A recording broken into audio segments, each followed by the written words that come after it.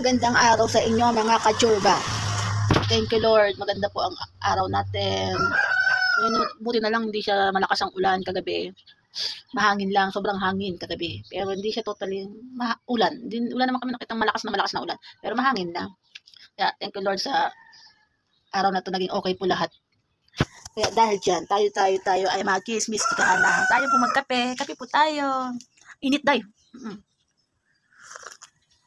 Feel ko ang pagkismis ngayon dahil syempre sarado ko. May closeness ako sa office. Aday, diba? Sa totoo lang. Wala lang. Napachika lang ako. Chismis, tikahan na tayo. Tara na mag-chismis, tikahan na nga kachurba. Ngayon, nag-chismis ko kasi ngayon. Hindi naman totally masaya. Sad talaga. Hindi pa rin ako happy. Hindi pa rin ako enjoy. Hindi. Wala eh. Ganun talaga tayo. Hirap. Alam mo, gusto ko talaga magtanong.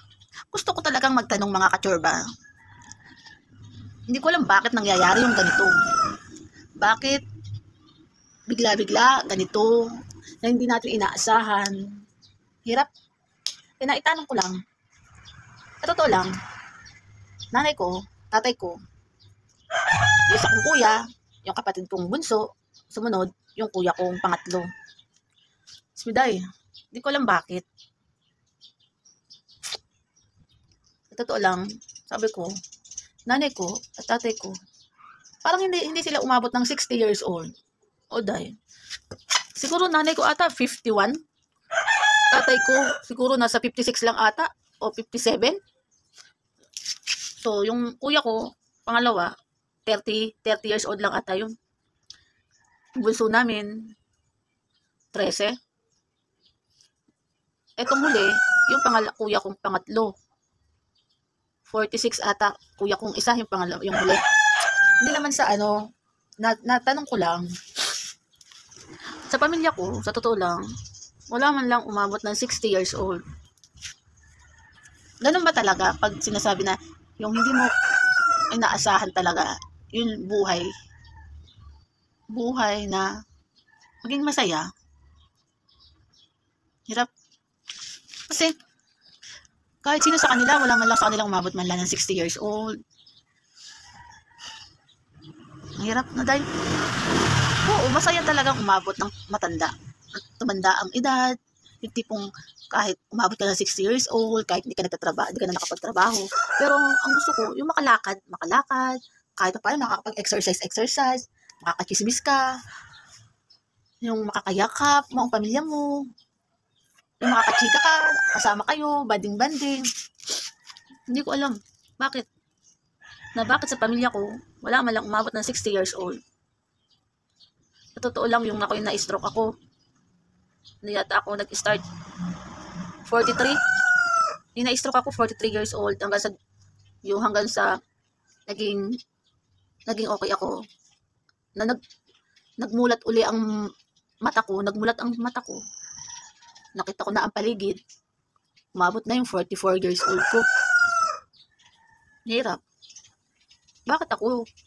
Nagkasakit ako, pumikit ako ng ilang araw. Kasi natulog ako talaga ng ilang araw na hindi ko na yung tanda na pinapakain ako ng kuya ko dati.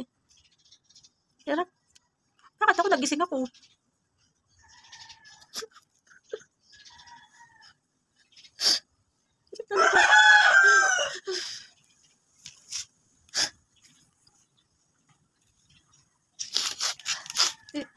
Hirap talaga. Nagtatanong ako sa sarili ko, bakit?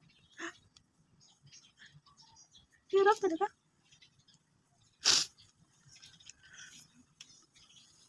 Sa totoo lang, hirap ako makamove on. Kasi bakit ako? Nagkasakit ako. Nakapikit ako na ilang araw, pero nakapagmulat ako na nakita ko pa rin sila. Inasikaso ako ng kuya ko. Kung paano ako kumain. Paano ako maglakad. Paano ako magsalita. Baka hanggang sa natuto ako magsalita. Na nagtatawanan pa rin kami kahit na natawa ako. Pero kahit na medyo pahingot-hingot ako magsalita. Kasi diba na-stroke ako. Hindi talaga ako masyadong totally okay. So until now naman, hindi pa ako totally okay yung salita ko. Kaya ngayon nag-asikaso ako ng mga inaasikaso kong sa sarili ko na mga SS, mga ano. Yun. Kinaya ko. Ako, bakit si kuya hindi niya kinaya?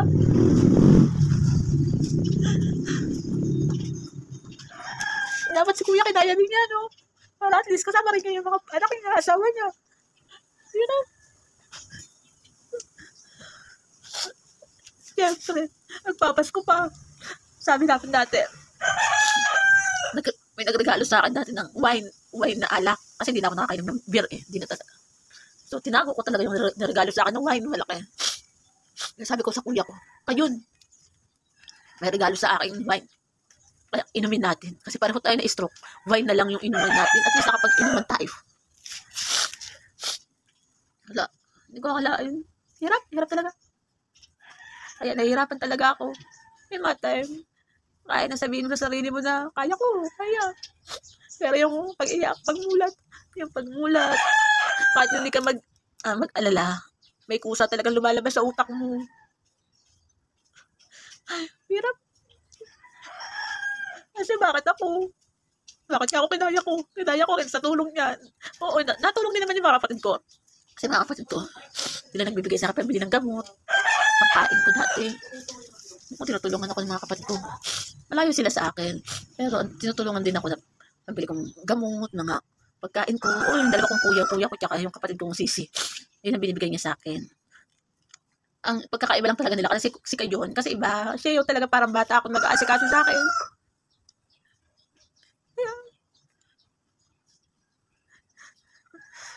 Kaya hirap. Hirap na hirap talaga ako dahil. Bakit kasi hindi mo kinaya? Hindi ko kasi alam bakit kinaya ng kuya ko. Bakit hindi niya kinaya na ano, diba? Hirap ang ganyan nito eh.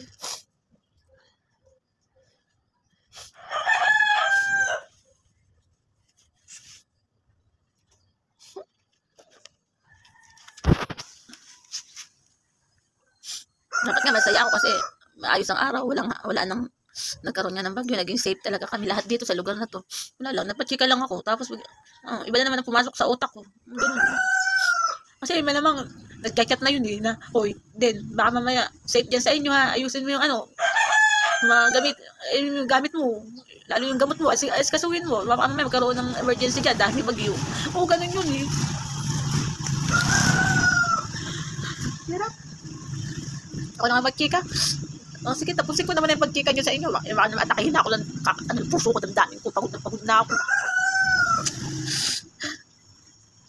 Sige, kaya ingat na lang po lahat kung lalo na sa mga may bagyo. Ingat po lahat. Be safe po. Sige po. Bye po muna sa inyo.